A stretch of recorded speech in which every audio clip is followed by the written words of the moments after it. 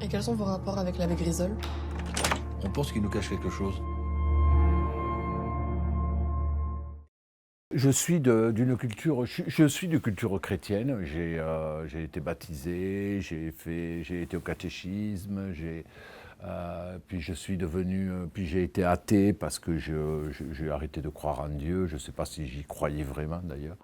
Mais j'ai jamais été très loin de la mythologie, que ce soit, je me suis toujours intéressé aux mythologies aztèques, la mythologie grecque, romaine. Et là, j'ai la sensation que je suis revenu un peu à ma mythologie à moi, quoi, que je fais un film qui a effectivement à voir avec la tragédie, y compris avec la tragédie grecque, mais qui pourrait aussi avoir à voir avec une mythologie chrétienne. On peut penser à l'histoire d'Abel et Caïn, et dans lequel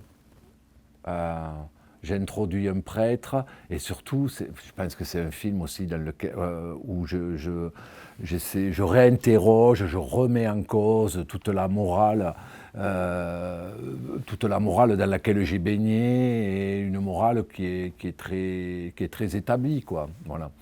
Et c'était important de tout remettre en cause, y compris par la voix d'un prêtre qui pousse d'ailleurs la miséricorde et qui pousse la morale chrétienne jusqu'à son extrême.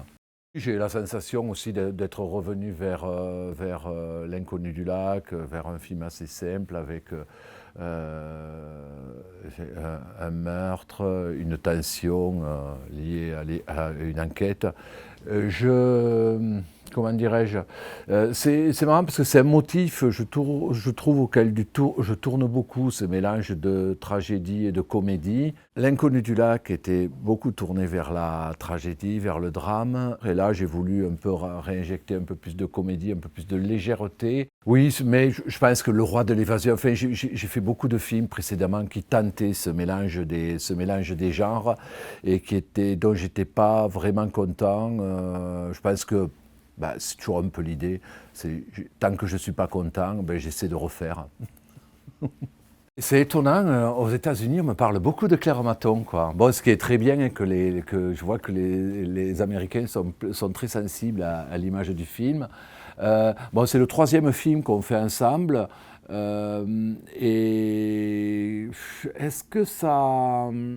moi, j'ai pas l'impression que ça ait tant évolué que ça, quoi. Je pense que c'est bien qu'on ait fait un film, que le précédent film, je l'ai fait sans elle. Ça nous a permis de rediscuter un peu de certaines choses, de choses qu'on aurait pu considérer comme évidentes.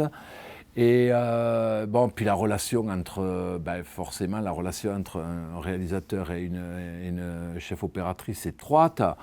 Peut-être qu'on a plus pensé le découpage ensemble, peut-être qu'on a plus pensé les choses un peu plus ensemble que pour L'inconnu du lac, que pour rester vertical, quoi. Je pense que même on est revenu à notre forme de collaboration de L'inconnu du lac, quoi. Mais ça ne veut pas dire qu'il n'y ait pas eu d'évolution, quoi, hein, non plus. Mais j'ai l'impression qu'on est revenu à une collaboration plus étroite. Moi, cette réplique, déjà, c'est écrit bien avant.